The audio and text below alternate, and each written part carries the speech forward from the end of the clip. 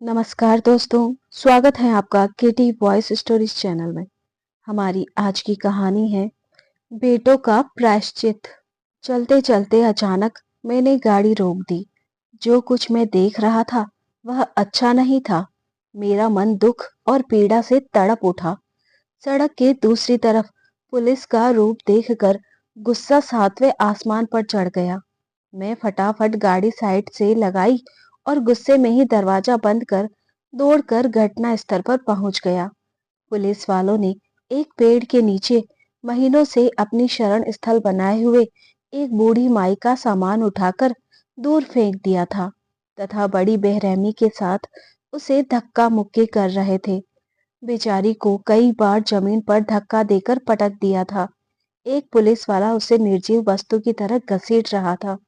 वह चीख रही थी, चिल्ला रही थी, मिन्नतें कर रही थी। लोग दूर खड़े तमाशा देखे जा रहे थे। मैं दौड़कर पुलिसमैन को घसीटने से रोका और ताकीद की, अब तुम में से किसी ने भी इस बुजुर्ग महिला के साथ बदतमीजी की तो समझ लो कि यह खाकी उतर जाएगी।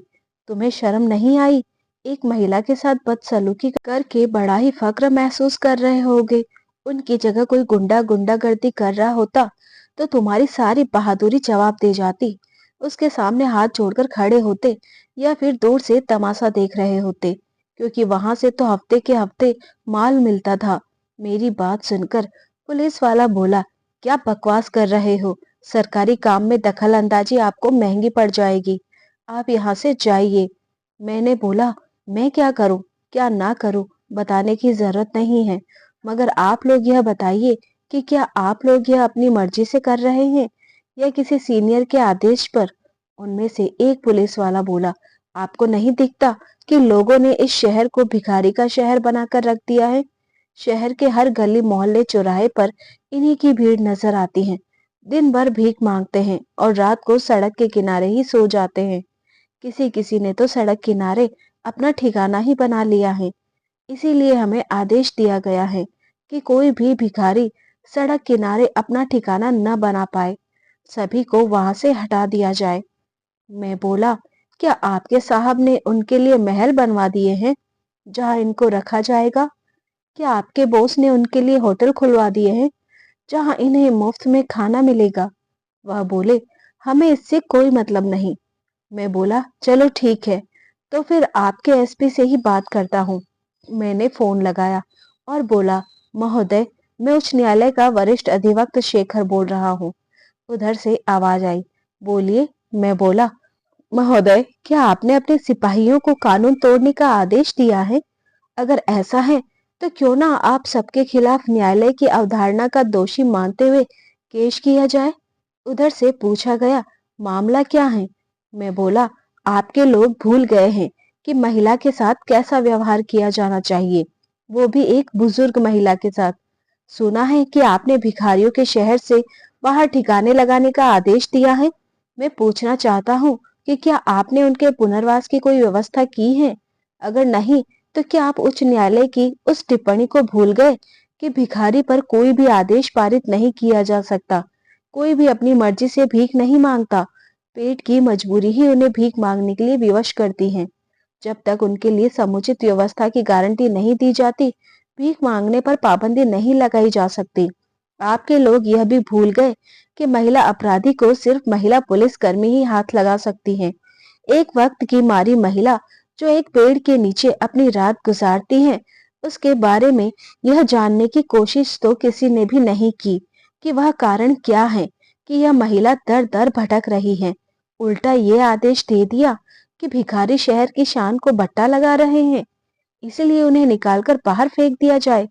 आपकी पुलिस एक बुजुर्ग महिला को घसीट करे ऐसे ले जा रही है मानो किसी विश्वविख्यात डॉन को पकड़ लिया हो।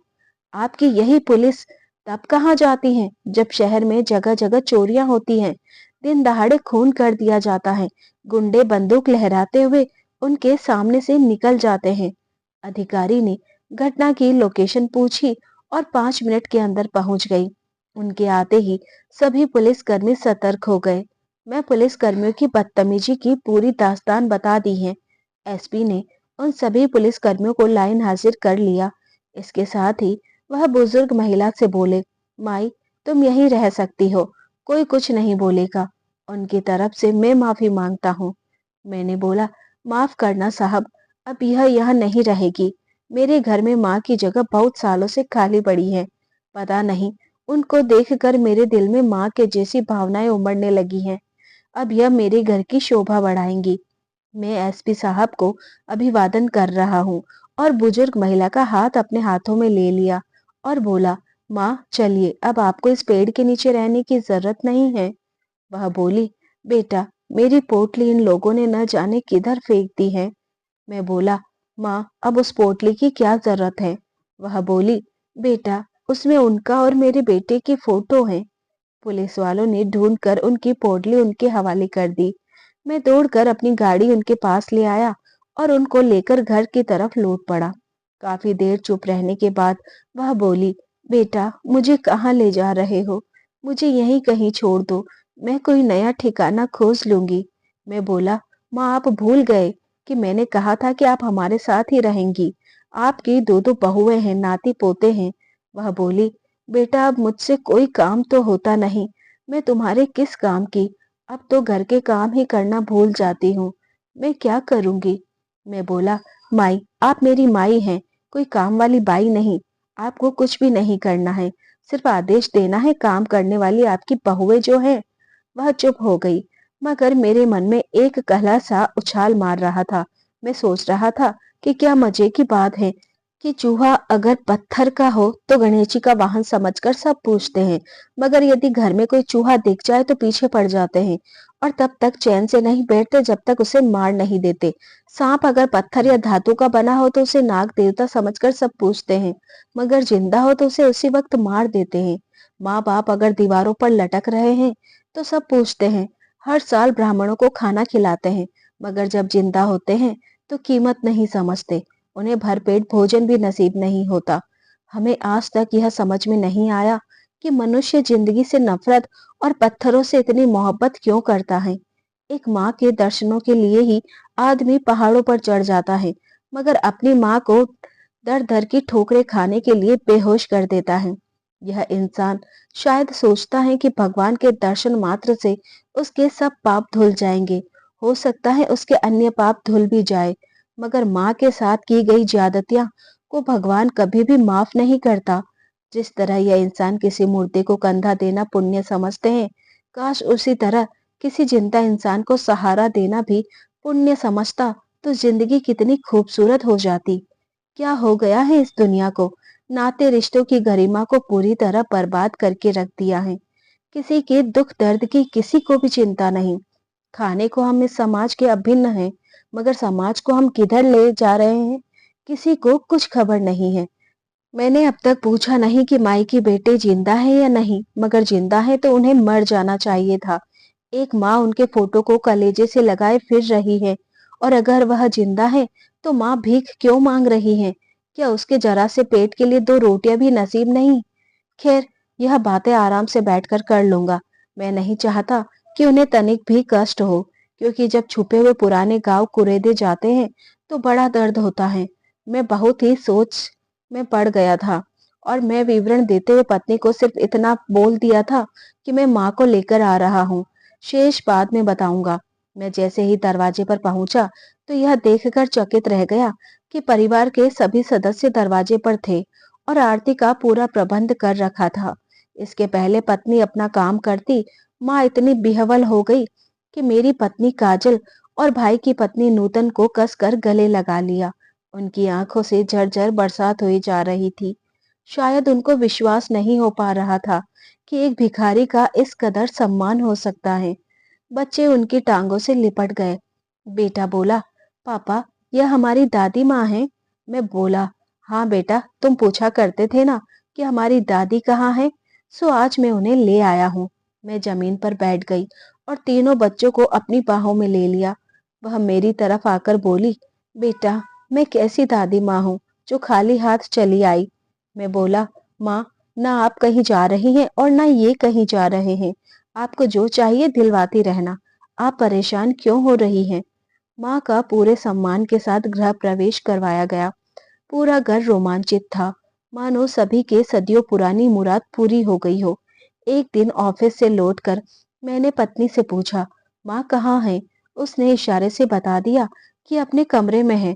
मैं दबे पांव माई के पास पहुंच गया। मैंने देखा कि अपने पति का फोटो देखे जा रही थी और आंसू बहाए जा रही थी, मगर एक फोटोग्राफ उल्टा करके रखा हुआ था। शायद बच्चों का होगा। मैंने अचानक पूछ लिया, माँ रो क्यों रही हो? कोई तकलीफ है? वह अचानक पलटी और आंखों के आंसू पोंछते हुए बोली, कैसी बात कर रहे हो बेटा? यहाँ और तकलीफ? मैं बोला, फिर रोने का क्या मतलब है? मैंने एक कुर्सी खिसकाई और उनके करीब बैठ गया। वहीं चुपचाप बैठी रही। मैंने फिर टेका, जी आपने बताया नहीं। तब तक मेरी पत्नी भी पहुंच गई थी। वह भी माँ के करीब बैठ गई और बोली, लगता है माँ को बच्चों की याद सता रही है। माँ बोली, नहीं तू गलत सोच रही है। कभी बच्चों की याद आती है जब वह छोटे थे। उन्होंने अपने बच्चों का बचपन का फोटो दिखाया और मैं या वो कहीं एक दिन के लिए भी जाते थे, मगर अब नहीं। आज वह मेरे आंसू इस शख्स को अपने पति का फोटो दिखाते हुए देखकर निकल पड़े, जिसने कभी सुख क्या है जाना ही नहीं। जवानी में मेरी सुख सुविधाओं के वास्ते, बच्चों की परवरिश के वास्ते अपना सुख दुख तो देखा ही नहीं। बच्चों को अच्छी से अच्छी तालीम दिलवाने में ही लगे रहे। उन्होंने 2 मंजिला मकान बनवाया कि हमारे 2 बच्चे हैं, एक अपनी पत्नी और बच्चों के साथ ऊपर रहेगा और दूसरा नीचे रहेगा। अपने लिए नीचे एक कमरा बनवा लिया और बोले, अपना गुजारा तो इतने में ही चल जाएगा। बच्चे बड़े हुए, नौकरी भी लग गई और उनकी शादी भी कर दी। और एक दिन मुझे बच्चों के ऊपर अकेला छोड़कर सदा सदा के लिए इस दुनिया को छोड़ गए। भगवान कितना अन्यायी है कि मैं आज तक जिंदा हूँ। मैंने अच्छा मौका जान पूछ लिया, माँ तो आपके 2 बेटे हैं? उन्होंने हाँ में सर हिलाया। माँ तो बेटी भी है क्या आपकी? उन्होंने कहा, काश मेरी एक बेटी होती तो फिर यह दिन क्यों देखने को मिलते और काहे को यह भीख मांगनी पड़ती। फिर मैंने पूछा, रहते कहाँ हैं? उन्होंने उनका अता पता बता दिया। फिर अचानक बोली, बेटा जिन बच्चों के खातिर मेरे पति ने एक दिन भी चैन की सांस नहीं ली, जिन बच्चों ने मुझे डर डर कर भिखारी बनाकर छोड़ दिया, उन्हें मकान में रहने का कोई हक नहीं। मैं यह बात बहुत पहले से सोच रही थी, मगर तब मैं अबला कुछ कर नहीं सकती थी और कुछ मातृत्व भी आगे आड़े आ रहा था। मैं बोला, माँ जी आप क्यों दुखी हो रही हैं? उन्होंने जो किया उसे भगवान देख रहे हैं और उसका फल भी उन्हें मिलेगा ही। आप उन्हें भूल जाइए और खुश रहिए। नहीं बेटा, अब नहीं, बहुत सह लिया है मैंने। तुम नहीं जानते बेटा कि मेरे साथ क्या गुजरी है। तुम सुनोगे तो तुम भी विचलित हो जाओगे। मैं बोला, माँ अपना दिल क्यों दुखी कर रही हो? वह बोली, अपना दर्द अगर बेटे को भी नहीं बताऊंगी तो फिर किसे बताऊंगी? मैं बोला, अच्छी बात है माँ, आप अपने दिल का बोझ हल्का कर लीजिए। बताइए आपके मन में क्या चल रहा है? इतने में मेरा छोटा भाई भी आकर बैठ गया। बेटा उनके जाने के बाद मेरी किस्मत ही फूटती चली गई। एक बेटा इसी घर में रहता था क्योंकि वह अपनी नौकरी यहीं से करता था। क्योंकि बड़े वाले की नौकरी दूसरे शहर में थी, इसलिए इस घर से रोज ड्यूटी जाना मुश्किल था। इसीलिए वह किराए पर रहता था। बेटा जैसे जैसे समय गुजरता गया, मैं अपने ही घर में मालकिन से नौकरानी बनती चली गई। सुबह से शाम तक घर के पूरे काम निपटाने में लगी रहती थी। फिर भी बहू मुझे फटकारती ही रहती थी, तुमसे यह भी नहीं हुआ, वह भी नहीं हुआ, कोई भी काम ठीक से नहीं करती हो और खाने के वक्त जरा भी गलती नहीं करती। मैं चुपचाप अपमान का घूंट पीती रहती। मजे की बात यह थी कि मेरा छोटा बेटा सब कुछ सुनता था, मगर उसके मुंह से अपनी पत्नी को कभी यह कहते नहीं सुना कि माँ दिन भर काम में लगी रहती हैं, तुम क्या करती रहती हो। और एक दिन तो वह हो गया जो सपने में भी नहीं सोचा था। मैं किचन में साफ किए हुए बर्तन संभाल रही थी कि अचानक कुछ बर्तन जमीन पर गिर गए। बर्तनों के गिरने की आवाज सुनकर बहू दौड़ते हुए आई और मुझे धक्का दे दिया और बोली, आंखें फूट गई हैं क्या बुढ़िया? हमेशा बेहोश रहती हैं, हाथ टूट गए हैं इसके, यह कब हमारा पीछा छोड़ेगी? पापा मर गए और यह अभी तक हमारी छाती पर मूंग डालने के लिए जिंदा हैं। अफसोस इस बात का नहीं है कि बहू ने मुझे ऐसा कहा या गलत व्यवहार किया। अफसोस तो तब हुआ जब मेरी कोख का आया बेटा सब कुछ देखकर चुपचाप अपनी ड्यूटी चला गया। मैंने तय कर लिया कि अब मैं इसके पास नहीं रहूंगी, बड़े के पास चली जाऊंगी। मेरा छोटा भाई बोला, भैया ऐसे लोगों को तो सबक सिखाना ही होगा। माँ जी ने आगे कहना शुरू किया। मैं अगले दिन ही बड़े के पास चल पड़ी। मुझे किसी ने यह तक नहीं पूछा कि कहाँ जा रही हो। मैं रास्ते भर सोचती रही कि बड़ी बहू बहुत सलीके वाली है, उसके साथ मेरा निवास अच्छी तरह से हो जाएगा। मगर मेरा यह सपना तहस नहस हो गया। मैं जैसे ही बड़े बेटे के घर पहुंची तो मुझे देखते ही बहू के जलवे दिखाई पड़ गए। मैं सोच रही थी कि बहू देखते ही बहुत खुश हो जाएगी, मगर ऐसा नहीं हुआ। वह छूटते ही बोली, क्या आपको छोटी ने घर से निकाल भगाया है? दिल में ऐसा झटका लगा कि मैं बता नहीं सकती। मैंने कहा, बहू होश में तो हो, कैसी बातें कर रही हो? क्या मैं अपने बेटे के घर नहीं आ सकती? बेटा, मैं आखिर अब कहाँ जाती? इधर कुआं उधर खाई, सो मन मारकर वहां रुक गई। मगर अफसोस इस बात का रहा कि वहां भी नौकरानी की तरह काम में जुटे रहना पड़ा। बहू ने खरी खोटी सुननी पड़ती। बड़े ने एक दिन अपनी पत्नी से कहा भी कि मैं देख रहा हूँ, जब से माँ आई है तुम घर के किसी काम को हाथ तक नहीं लगाती। माँ अकेली पूरे घर का काम संभालती हैं। खाने को तो बेटे ने यह सब कह दिया था, मगर उसके बाद अंदर ही अंदर जो हुआ मेरा दिल तोड़कर रख दिया। बहू ने घर छोड़कर मायके जाने की धमकी दे दी। फिर क्या था, बेटे पर मानो पहाड़ टूट पड़ा हो। वह उसे मनाने में लग गया। बेटा, मुझे मेरी हैसियत पता चल गई थी। मैं सुबह उठी और अपने बच्चों का दामन छोड़कर सदा सदा के लिए चली आई। इस पापी पेट ने सभी के सामने हाथ फैलाने के लिए मजबूर कर दिया। अब तुम ही बताओ बेटा, क्या मेरा यह अपराध था कि मैं उन्हें पैदा किया, उन्हें उंगली पकड़कर चलना सिखाया, बोलना सिखाया, रहने के लिए अच्छा सा घर दिया और अच्छी शिक्षा दिलवाई? मैं बोला, नहीं माँ, आपने कोई अपराध नहीं किया। अपराधी तो तुम्हारे बेटे बहुए हैं, जिसका दंड उन्हें भुगतना ही पड़ेगा। आप चिंता मत करो, वह लोग ऐसा दंड भुगतेंगे कि दुनिया याद रखेंगी। उन्हें भी डर डर कर भिखारी नहीं बना दिया तो कहना। छोटा बोला, भैया मुझे उनका पता दे दो, मैं उनकी वह हालत बनाऊंगा कि माँ जी भी नहीं पहचान पाएंगी। मैं बोला, तू बस देखते रहो कि मैं क्या करता हूँ, तुम्हें परेशान होने की कोई जरूरत नहीं है। माँ जी की बात सुनकर सच में मेरा मन विचलित हो उठा था। मेरा मन बिल्कुल भी नहीं था कि मैं उनके अतीत में झांकूं, मगर उनकी खुशी के लिए मुझे कुछ करना ही पड़ेगा। मेरा जुड़ाव था कि उससे कुछ ऐसा था कि उन्हें मुझे अपनी माँ की शक्ल नजर आती थी। इसीलिए मुझे ऐसा लग रहा था कि जैसे मेरी माँ ही दुखी है। उच्चतम न्यायालय के आदेश अनुसार माँ बाप के रहते माँ बाप की रिहाई पर संतान का कोई वैधानिक अधिकार नहीं है। उनकी संतान कब तक ही उस घर में रह सकती है, जब तक कि माँ बाप की इच्छा होगी। यदि वह नहीं चाहते कि उनकी संतान उस घर में रहे तो संतान को घर छोड़ना होगा।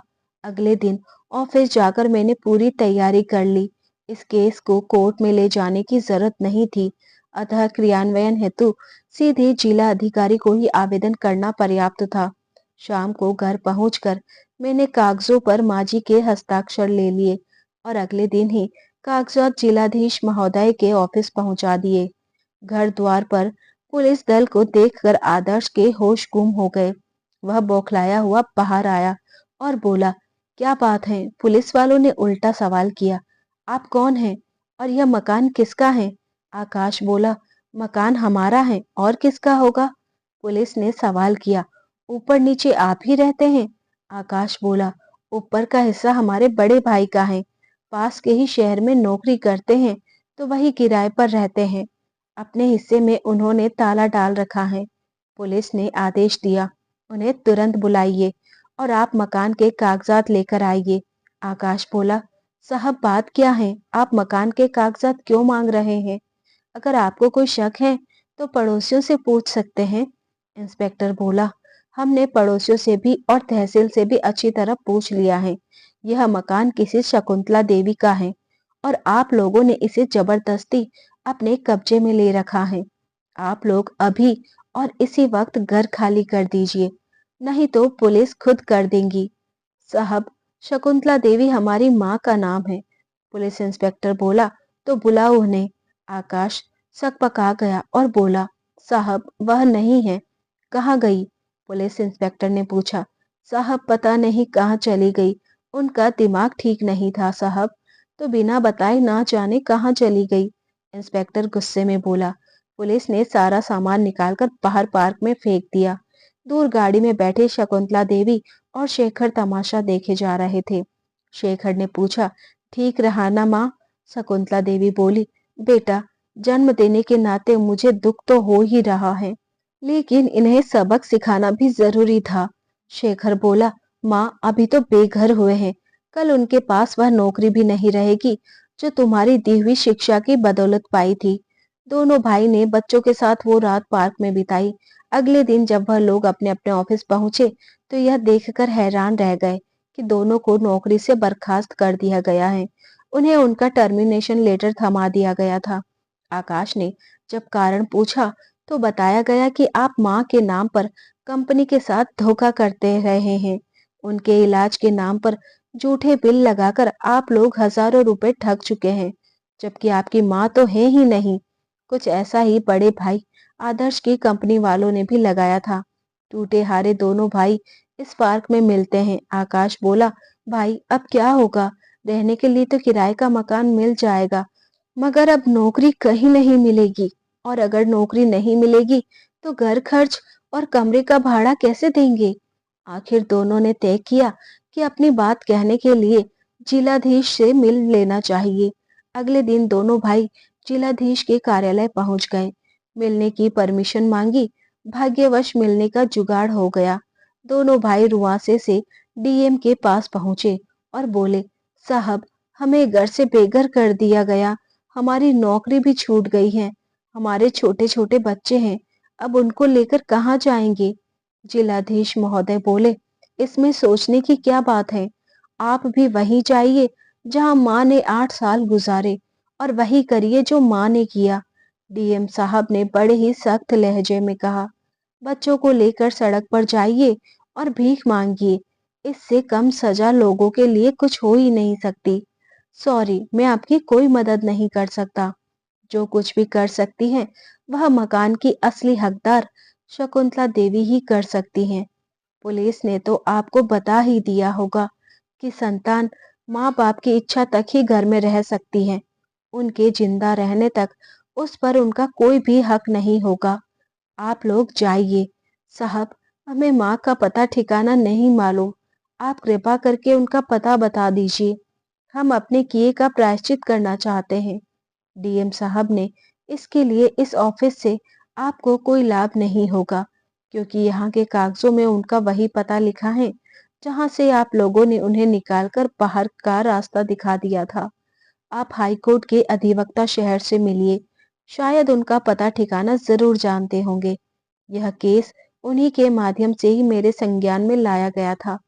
दोनों भाई शेखर के ऑफिस जा पहुंचे, मगर वह ऑफिस में नहीं थे। उनके सहयोग ने बताया कि वह आने वाले हैं। अगर आपको कोई आवश्यक कार्य है तो आप लोग आराम से यहाँ बैठ सकते हैं। दोनों भाइयों को शेखर के ऑफिस में बैठे बैठे करीब 2 घंटा हो गया, मगर अब तक उनका कहीं अता पता नहीं था। उन्होंने उनके जूनियर से कहा, सर, वकील साहब कब तक पहुंचेंगे? जूनियर बोला, ओ माय गॉड, मैं तो आपको बताना ही भूल गया कि आज वह नहीं आएंगे, क्योंकि आज उनकी माँ का जन्मदिन है। मुझे भी थोड़ी ही देर में उनके घर के लिए निकलना होगा। आकाश बोला, साहब आप उनका पता बता दीजिए, आपकी बहुत मेहरबानी होगी। बड़ा भाई बोला, साहब उनसे हमारा मिलना बहुत जरूरी है। जूनियर ने शेखर का पता दे दिया और किसी काम से ऑफिस के बाहर चला गया। शेखर जैसे ही ऑफिस को निकल रहा था कि पत्नी ने रोक लिया और बोली, मैं रात को बताना भूल गई थी, आपको पता है कि कल माँ जी का जन्मदिन है? शेखर बोला, तुम्हें कैसे मालूम? पत्नी बोली, कल क्या हुआ कि मैंने माँ जी से पूछ लिया, इस पोटली में कोई खास चीज हो तो बताओ, उसे निकाल कर मैं रख देती हूँ। वह बोली, देख ले बेटा, कोई कागज पत्र हो तो निकाल ले और उस पोटली को कूड़े में डाल दे। तो मैं देखने लगी और कुछ तो नहीं था, बस आधार कार्ड था। तो मैंने निकाल दिया। इतने में मेरी नजर उनकी जन्म तिथि पर पड़ी, तो पता चला कि उनका जन्मदिन तो कल ही है। शेखर खुश होता हुआ बोला, यह तो बहुत ही शुभ सूचना है। हम माँ जी का जन्मदिन शानदार तरीके से मनाएंगे। मैंने सारी व्यवस्था आज ही कर दूंगा। किसी भी हालत में माँ जी को आभास नहीं होना चाहिए। अगले दिन शेखर की पत्नी ने एक शानदार साड़ी लाकर माँ जी को दी और बोली, माँ जी, आज शाम को उनके और पिंटू के ऑफिस से और आस पड़ोस के लोग आपसे मिलने आने वाले हैं, तो आप यह साड़ी पहन लीजिए। अगर यह ठीक नहीं लग रही हो तो आप आकर देख लो, जो अच्छी लगे ले लो। माँ जी बोली, बेटा, मेरा क्या पहनना क्या न पहनना सब बराबर है। तू जो लाई है वह सबसे अच्छी होगी। मगर बेटी, एक बात बता कि तू मुझ बुढ़िया को सजाने संवारने में क्यों लगी रहती है? तेरी चले तो मुझे जवान बनाकर ही छोड़े। दोनों हंसने लगे। फिर माँ जी बोली, आखिर मैं तेरी सास हूँ, तो चिंता मत कर। अरे बहू, एक बात बता, जो लोग आ रहे हैं उनके लिए खाना भी तो बनाना पड़ेगा। चल, मैं भी तेरी मदद करूंगी, तुम दोनों अकेली परेशान हो जाओगी। काजल मुस्कुराई और बोली, माँ, आप बाहर निकल कर तो देखो, हलवाई आ चुका है। आप चिंता ना करो। शाम होते होते लोग इकट्ठे होने लगे। माँ जी को एक खास सोफे पर बैठाया गया था। गीत संगीत सब बज रहा था। बहुएं और बेटे पूरी तरह व्यस्त थे, मगर माँ से आते जाते कुछ बताते और पूछते जाते। शकुंतला आज बहुत खुश थी। पार्टी अपने पूरे जोरों पर थी कि काजल और नूतन एक बहुत बड़ा केक माँ जी के सामने बड़ी टेबल पर रख देती हैं। इसे देखते ही शकुंतला देवी चौंक गई और बहू को ऐसे देखने लगी मानो पूछ रही हो, बेटा, यह सब क्या है? तभी सारे लोग टेबल के करीब आ गए और सबके सब एक स्वर में गाने लगे, हैप्पी बर्थडे टू यू माँ जी। शकुंतला ने आश्चर्यचकित होकर काजल से पूछा, बेटी, आज मेरा जन्मदिन है और मुझे ही पता नहीं? काजल बोली, माँ, आप भूल सकती हैं मगर हम थोड़े ही भूल सकते हैं। आदर्श और आकाश बाहर खड़े सोच रहे थे कि घर में इतने मेहमान आए हुए हैं, गीत संगीत में सारे लोग मशगूल हैं, ऐसे में क्या हम लोगों को बिना बुलाए मेहमान की तरह जाना चाहिए? बड़ा भाई बोला, आकाश, हमारे पास और कोई चारा भी तो नहीं है। अभी वह खड़े सोच रहे थे कि तीन चार लोग आए और बोले, यहाँ खड़े क्या कर रहे हो, चलो अंदर चलो। दोनों भाई अंदर आ गए, मगर सामने जो देखा तो उनके होश उड़ गए। बिल्कुल सामने ही उनकी माँ रानी माँ की तरह सजी धजी खड़ी थी और कुछ महिलाएं उनको केक काटने में सहायता कर रही थी। अचानक शेखर की नजर उन पर पड़ी। वह दौड़कर उनकी तरफ आया और पूछा, आपका परिचय? आकाश रुआंसे अंदाज में कहा, वकील साहब, हम शकुंतला जी के बेटे हैं। वह जानता था, मगर ऐसा प्रकट किया कि वह उन्हें नहीं जानता और उन्हें बाहर की तरफ ले गया। आकाश बोला, साहब, हम लोग बर्बाद हो गए हैं, ना रहने का ठिकाना है और ना ही नौकरी। बीवी बच्चों को पार्क में छोड़कर आए हैं, आप हमारी मदद करो साहब। शेखर जानबूझकर खींच होते हुए बोला, यह मेरा ऑफिस नहीं है, यह मेरा घर है। मैं घर पर ऑफिस के काम नहीं किया करता। वह दोनों शेखर के पैरों पर गिर पड़े और बोले, साहब, हमें मालूम है कि हमें यहाँ नहीं आना चाहिए था, मगर क्या करते, बच्चों को इस तरह भूखा प्यासा नहीं देख सकते। शेखर ने गुस्से में कहा, अपनी परम प्रिय पत्नियों से कहिए कि वह बहुत धमकियां देती थी। अब वक्त आ गया है कि वह बच्चों को लेकर मायके चली जाएं और दुम हिलाते हुए तुम भी उनके पीछे पीछे चले जाओ। इससे बढ़िया समस्या का समाधान हो ही नहीं सकता। और किन बच्चों की भूख के लिए इतना गिड़गिड़ा रहे हो? आज तुम उन बच्चों का पेट भरोगे, कल को वही बच्चे तुमको और तुम्हारी बीवियों को धक्के मारकर घर से निकाल फेंकेंगे और भीख मांगने को मजबूर कर देंगे, जैसा तुमने अपनी माँ के साथ किया है। वही तो तुम्हारे बच्चे भी तुम्हारे साथ करेंगे। वह गिड़गिड़ाते हुए बोले, साहब, हमें माफ कर दो, हमसे बहुत बड़ी गलती हो गई, जो हमने अपनी माँ का अपमान किया। हम आपसे पांव पकड़कर माफी मांग लेंगे। आप हमें माँ से मिलवा दीजिए। शेखर बोला, तुमने गलती नहीं गुनाह किया है और गुनाहों की कोई माफी नहीं होती है। अब वह तुम्हारी नहीं मेरी माँ है और तुम बेटों की यही सजा है कि वह जिंदगी भर अपनी माँ के दीदार को तरसते रहे। अब आप लोग इज्जत से यहाँ से चले जाइए। अगर यहाँ लोगों को पता चल गया तो बात मेरे हाथों से भी निकल जाएंगी और तुम्हारा क्या हश्र होगा भगवान भी नहीं जानता। और मैं नहीं चाहता कि मेरी माँ के जन्मदिन पर कुछ भी अशुभ हो। उम्र भर वह तुम दोनों का है। जन्मदिन मनाती रही, अब उनका जन्मदिन उनका बेटा मना रहा है, तो कृपा करके उनके सामने मत पड़िएगा। दोनों और मजबूर होकर वह दोनों पास के पार्क में बैठ गए और अपने दुष्कर्मों की गणना में लग गए। आदर्श और आकाश की पत्नियां अपने पतियों को आता देख झपट कर उनके पास पहुंच गई और बोली, क्या कुछ बात हुई या नहीं? आदर्श बोला, होना क्या था, वही हुआ जो होना चाहिए था। क्या मतलब? आदर्श की पत्नी बोली, आप लोगों ने कर्म ही इतने अच्छे किए हैं कि दुनिया तुम्हारा गुणगान कर रही है। अब तुम्हारे कुकर्मों का फल सबको भुगतना होगा। तुम्हें तो भुगतना ही चाहिए, मगर साथ ही साथ हम और बच्चों को भी भुगतने होंगे। अरे, आप हमें ले चलिए माँ जी के पास, हम उनसे पैरों में गिरकर माफी मांग लेंगे। माँ जी हमें माफ कर देंगी और हम आज ही पहला फुसलाकर घर अपने नाम कर लेंगे। चुप रहो तुम दोनों, एकदम चुप रहो। अभी भी तुम लोग अपने स्वार्थ के बारे में ही बात कर रही हो।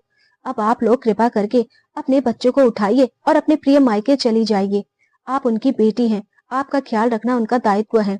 हमने अब तक अपने वचन निभाए, मगर आप लोगों ने एक बार भी उधर ध्यान नहीं दिया। अब वक्त आ गया है कि जो संस्कार आपके माँ बाप ने बक्से में दिए थे, अब उन्हीं पर लागू करिए। खुश हो जाएंगे। इतनी गुजारिश है कि जिस तरह तुम दोनों इस घर को बर्बाद कर दिया है, उसी तरह वहां मत करना। और हाँ, अगर वहां तुम्हें घर से निकाल कर बाहर फेंक दिया जाए तो चिंता करने की कोई बात नहीं है। बच्चों से भीख मंगवाना और तुम्हें भीख मांगने में शर्म महसूस हो तो घर घर जाकर झाड़ू पोछा और बर्तन धोकर भी गुजारा हो सकता है। यह बहुत ही अच्छा धंधा है और तुम्हें भी पता चल जाएगा कि बर्तन कैसे धोए जाते हैं, कपड़े कैसे धोए जाते हैं और घर के अन्य काम भी कैसे किए जाते हैं। इतना कहकर आदर्श ने आकाश और अपनी पत्नी को किराए भाड़े के पैसे पकड़ा दिए और कहा, आज से हमारा तुम्हारा कोई संबंध नहीं रहेगा। तुम जो चाहो तो दूसरी शादी भी कर सकती हो। आवश्यक कागजातों पर हम दोनों हस्ताक्षर कर देंगे। और तुम्हारा क्या दोष? जब हम उनके बेटे ही नालायक निकल गए तो पत्नियों की सुख सुविधा के लिए हम सब कुछ उठाते रहे, मगर कभी माँ ने 10 रुपए मांगे तो हाथ झाड़ कर खड़े हो गए कि हमारे पास तो जहर खाने के लिए भी पैसे नहीं है, तुम्हें कहाँ से दे। अगले 2 दिन बाद उनके लिए साड़ियां लाई गई। इतना कहकर आदर्श फूट फूट कर रो पड़ा। आकाश ने कहा, हमें भी अपनी गलतियों का प्रायश्चित करना होगा। जिस धन दौलत के लिए हमने कभी माँ की कद्र नहीं की थी और जिन बीवियों और बच्चों के गुमान में हमने माँ के प्यार को ठुकराया था, उन बीवी बच्चों और धन दौलत सभी को त्याग कर अपने प्रायश्चित की ओर निकल पड़े। बच्चों की सिसकियां भी उन्हें नहीं रोक पाई और उनकी पत्नी भी अपने बच्चों को लेकर मायके की ओर निकल पड़ी। जो जैसा कर्म करेगा उसे वैसा ही फल भोगना पड़ेगा। तो दोस्तों, ये थी हमारी आज की कहानी। उम्मीद करती हूँ पसंद आई होगी। ऐसी ही और कहानियां सुनने के लिए बने रहिए हमारे साथ, अपना प्यार और सपोर्ट दीजिए। चैनल पर नए हैं तो सब्सक्राइब कीजिए। मिलते हैं जल्दी नई कहानी के